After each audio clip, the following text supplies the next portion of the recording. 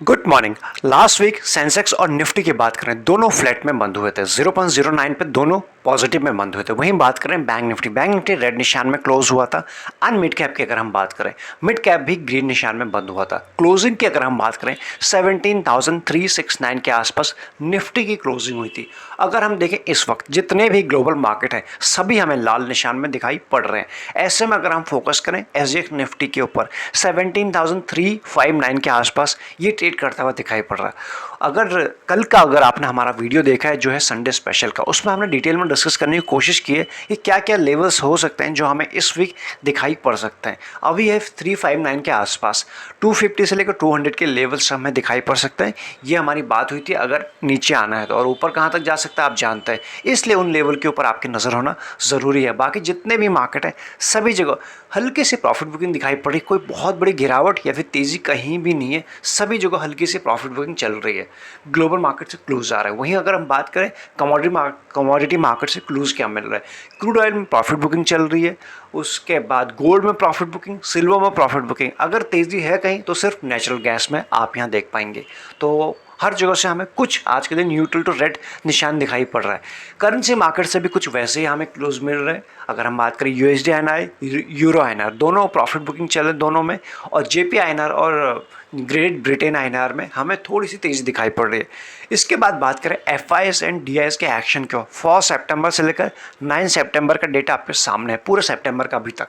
तो यहाँ आप देख सकते हैं बीच में 3 दिन इन्होंने अच्छी बाइंग की, 3 दिन सेलिंग की। वापस से आखिरी दिन में दोनों ने अच्छी बाइंग की है। ऑल्दो जो नंबर है वो 1000 सीआर के पास है, बहुत बड़ा नंबर नहीं है लेकिन 1000 सीआर से ऊपर है। ये हमारे लिए एक पॉजिटिव बात हो जाती है बाइंग की तरफ। इसके ऊपर हमारा नज़र होना ज़रूरी हो जाता है। नेक्स्ट अगर हम बात करें India VIX as of now comfortable है, तो इसके तरफ से उतनी टेंशन के बाद बिल्कुल नहीं। आप देखते हैं आज के दिन किस तरह से मार्केट में ये रिएक्ट करता है। अगर हम बात करें एसबीआई लाइफ, पहली जो न्यूज़ निकल के आ रही है एसबीआई लाइफ इंश्योरेंस कंपनी, इसके ऊपर तो आप न्यूज़ पढ़ चुके होंगे, इसका एक्शन भी आ चुका है मार्केट में आखिरी ट्रेडिंग डे में। जिस न्यूज़ की वजह से बात करें, Canada pension plan investment board, इन्होंने ऑफलोड किए थे 2.3 इक्विटी शेयर एसबीआई लाइफ में, और उसके वजह से शेयर रफली 3% से ऊपर करेक्ट हो चुका था आखिरी दिन। ये न्यूज़ तक तो आ चुकी थी। इससे आगे क्या हुआ, इन्होंने तो बेचा डेफिनेटली, किसी ने खरीदा, हैंड एक्सचेंज हुए, और ख़रीदा किसने, बीएनबी परिभाष आर्बिट्रेज, इन्होंने ख़रीदा था, एक्वायर किया था। तो 96,35,000 प्लस इक्विटी शेयर इन्होंने बाई किया था एट द प्राइस ऑफ 1171 के आसपास। तो ये न्यूज़ है, तो आप समझ सकते हैं इसमें। नेक्स्ट अगर हम बात करें रिलायंस इंडस्ट्री के ऊपर न्यूज़ है, द लार्जेस्ट, ये तो हम जानते हैं लार्जेस्ट कंपनी है, ये भी हम जानते हैं। तो इसमें हो क्या रहा है कि कंपनी का जैसा प्लान था, हमने कुछ टाइम पहले देखा था कि जियो का जो फ़ोन है वो ये बना रहे हैं मिलके गूगल के साथ, उसको लॉन्च करने की सोच रहे हैं। लेकिन अभी क्या है, उसको लॉन्च में कुछ डिले हो रहा है। किस चीज़ की वजह से, इस अल्ट्रा लो कॉस्ट, ये तो हम जानते हैं बहुत सस्ता फ़ोन है, और इनका जो प्लान था पहले का इसको लॉन्च करने का दिवाली तक था। लेकिन जो सेमी कंडक्टर के शॉर्टेज आजकल हम न्यूज़ बेसिस पर पढ़ रहे हैं, उसके वजह से थोड़ा सा इसको ये प्रॉब्लम फेस कर रहे हैं, थोड़ा सा इसके लॉन्च में डिले भी हो सकता है। तो सेकंड न्यूज़ इनके ऊपर निकल के आ रही है। नेक्स्ट जो न्यूज़ निकल के आ रही है भारतीय एयरटेल से निकल के आ रही है। जैसे कि हम जानते हैं टाइम एंड अगेन, या फिर 6 महीने या फिर कुछ चीज़ें हो जाने के बाद, नंबर्स के बाद, जितनी भी रेटिंग एजेंसीज हैं अपनी आउटलुक शेयर करते हैं किसी भी कंपनी के ऊपर। तो यहाँ पर S&P, ये एक इंटरनेशनल रेटिंग एजेंसी है, इन्होंने भारतीय एयरटेल के ऊपर अपना जो आउटलुक शेयर किया है वो अपग्रेड किया, यानी स्टेबल किया फ्रॉम नेगेटिव से। किस बेसिस पे किया, डेफिनेटली कोई ना कोई रीज़न रहा होगा। इम्प्रूविंग जो इसके इम्प्रूव हो रहे हैं फाइनेंशियल स्टेटस, उसके बेसिस पे।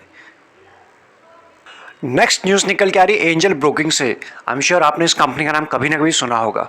इस कंपनी की तरफ से जो कमेंट्री निकल के आ रही, कंपनी का जो कहना है, इन्होंने अगस्त में 4.1 लाख जो कस्टमर है ऑनबोर्ड किए हैं। तो डेफिनेटली कंपनी के लिए पॉजिटिव न्यूज़ है।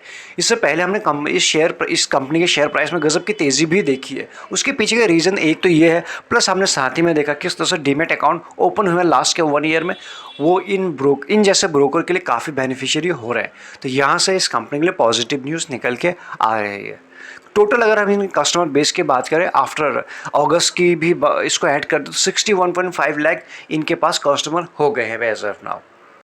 नेक्स्ट न्यूज़ निकल के आ रही है पंजाब नेशनल बैंक के लिए। श्योर इसका भी नाम आपने सुना ही है। तो इस कंपनी का कहना है कि board has approved raising up to 6000 CR, यानी कंपनी का जो प्लान है, जो फंड रेज करने का, उसको अप्रूवल मिल चुका है from the board of director से अप्रूवल मिल चुका है। और जो प्लान कर रहे हैं 6000 करोड़ के लिए ये प्लान कर रहे हैं, और वाया किस चीज़ के थ्रू, वाया इशूइंग बॉन्ड। तो यहाँ से कंपनी के लिए न्यूज़ निकल के आ रही है। नेक्स्ट न्यूज़ जो निकल के आ रहा है जोमेटो से निकल के आ रही है। न्यूली लिस्टेड कंपनी है, लेकिन सभी इसको पहले से जानते हैं। इसमें क्या कमेंट्री निकल के आ रही है, न्यूज़ निकल के आ रही है। अगर हम बात करें, कंपनी हैज डिसाइडेड, कंपनी ने एक ऐसा स्टेप लिया है जो कंपनी के लिए अल्ट्रा शॉर्ट टाइम के लिए थोड़ा सा नेगेटिव है। लेकिन अल्ट्रा शॉर्ट टाइम में थोड़ा सा नेगेटिव तो है, लेकिन कंपनी ने इसको पहले पहचान लिया है कि जहाँ पे जो हमारे वीकनेस है ना, उसे अभी शुरू में ही रोक लेते हैं। इंस्टेड ऑफ और ज़्यादा मनी पम्प करें, इंस्टेड ऑफ हम चीज़ों को फुलफिल ना कर पाएँ, ठीक से कस्टमर को वो एक्सपीरियंस ना दे पाए जो चाह रहे, तो कंपनी ने पहले उसे रोक लिया है। और वो क्या चीज़ है, stop it's grocery delivery service from September 17 से। तो ये कंपनी ने एक बड़ा डिसीजन ले रखा है, क्योंकि इसके साथ ही करंट में देखें, जो इनके पीयर्स है, इनके पीयर्स बड़े ही अच्छा सर्विस डिलीवर कर रहे हैं as of now, current market में, करंट कंडीशन में भी। यानी अगर हम बात करें स्विगी की, बात कर ले वहाँ पर, जहाँ स्विगी ने एक नया शुरू किया हाफ एन आवर में ग्रॉसरी डिलीवरी का, वहीं ये इनकी बात करें, ये उसको ठीक से कर नहीं पा रहे। खुद कंपनी का कहना है, mainly on accounts of gaps in order fulfillment leading to poor customer experience. तो यहाँ से कंपनी उस चीज़ को अभी ठीक से अचीव नहीं कर पा रही, और जो इनके पीयर है वो सुपर करते जा रहे हैं। इसलिए कंपनी ने स्टेप लिया हुआ है, एंड इसलिए इस सेगमेंट से मार्केट सेगमेंट से कंपनी एग्जिट लेने के बारे में सोच रही है। और ऐसा अभी नहीं है, अगर आप यहाँ देख पाएंगे आखिरी की दो लाइनें हैं जो second time since last year. तो कुल मिला के कंपनी ने एक इम्पॉर्टेंट जो सेगमेंट है वहाँ से एग्जिट लेने का प्लान बना लिया है। क्यों, वो भी आप जान सकते हैं, पुअर कस्टमर एक्सपीरियंस के लिए, या फिर जो ऑर्डर गैप है उसको ठीक से फुलफिलमेंट नहीं कर पाने के लिए। साथ ही में इनके पेयर बड़े ही अच्छे कर रहे हैं। तो यहाँ से आज के दिन हमें कुछ इसमें हिकअप्स भी दिखाई पड़ सकते हैं। नेक्स्ट न्यूज़ निकल के आ रही है BHEL से निकल के आ रही है, the state on engineering firm. इनका जो कहना है कि इन्होंने की रोल प्ले किया है किस चीज़ के लिए, successfully implementation of ultra high voltage direct current. किसके बीच में, मतलब इनका कहना है कि हमने बहुत इंपॉर्टेंट रोल प्ले किया है बिटवीन लिंक करने के लिए वेस्टर्न एंड साउथर्न रीजन की ग्रिड के लिए, जो इनका सक्सेसफुल, जो इनके सक्सेस में रिसेंट की अगर हम बात करें, तो वहाँ से इनका अहम रोल है। इन्होंने इनकी तरफ से ऐसा बयान निकल के आ रहा है। नेक्स्ट न्यूज़ जो निकल के आ रही है डाबर इंडिया से निकल के आ रही है। इस कंपनी का भी आपने नाम सुना है, FMCG कंपनी है। तो यहाँ से कंपनी का जो प्लान है एज ऑफ नाउ एक्सपेंशन की तरफ ज़्यादा बना हुआ है, या फिर जो इसके प्रोडक्ट हैं उनको थोड़ा सा और एक्सपेंड करने की तरफ कंपनी का ध्यान बना हुआ है। इस कंपनी का एक प्रोडक्ट है हाजमोला, आपने सुना होगा इसका नाम। तो वहाँ पे कंपनी कुछ नया कर रही है, हाजमोला लिम कोला के नाम से इसको इंट्रोड्यूस कर रही है, इसको कर रही है। और जो ये हो गया, सभी जगह ये लॉन्च हो गए प्रोडक्ट, जितने भी हमारे डिजिटल, प्रिंट, आउटडोर, मोबाइल, यानी हर जगह आपको ये ऐड दिखाई पड़ेगा। और इस ऐड में किसको फीचर किया कंपनी ने, अजय देवगन को। आई एम श्योर इनको भी आप कहीं ना कहीं या फिर कभी ना कभी आपने इनका नाम सुना ही होगा। नेक्स्ट जो न्यूज़ निकल के स्कॉट्स से लेके आ रही है, कंपनी का जो कहना है कि company mainly looking for the double digit growth in tractor sales in 2021 and 2022। ये कंपनी की तरफ से बयान निकल के आ रहा है। एंड उसके बाद साथ ही में ये भी कह रहा है कि having registered good volume in the first quarter. तो यहाँ से कंपनी का फर्स्ट क्वार्टर के बेसिस पे जो यहाँ से एक्सपेक्टेशन बनी हुई है कि डबल डिजिट ग्रोथ की।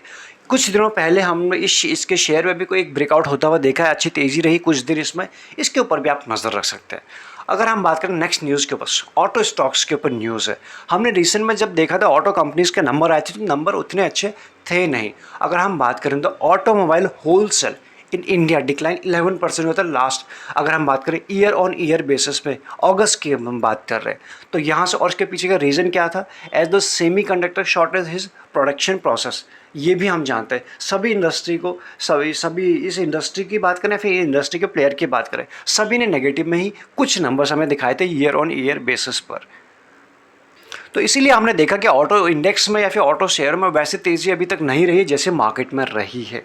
तो तो इसके रीज़न भी आप जानते हैं, प्लस इसलिए हो सकता है कुछ टाइम और ये थोड़ा सा प्रेशर में है। अदरवाइज कुछ आउटर स्टॉक्स ऐसे हैं जो एज ऑफ नाउ जो रिकवर होना शुरू हो गए, क्योंकि जितनी बैड न्यूज़ थी सारी फैक्टर इन हो चुकी है। चलिए, मॉर्निंग अपडेट में हम काफ़ी सारे डिस्कस किए हैं, बाकी सारी डिटेल आपको मिल जाएंगे डिस्क्रिप्शन में, सारे लिंक्स मिल जाएंगे, प्लस डीमैट अकाउंट ओपनिंग के भी लिंक्स आपको मिल जाएंगे और ज्वाइन बटन का लिंक आपको मिल जाएगा चैनल पर। Thank you so much.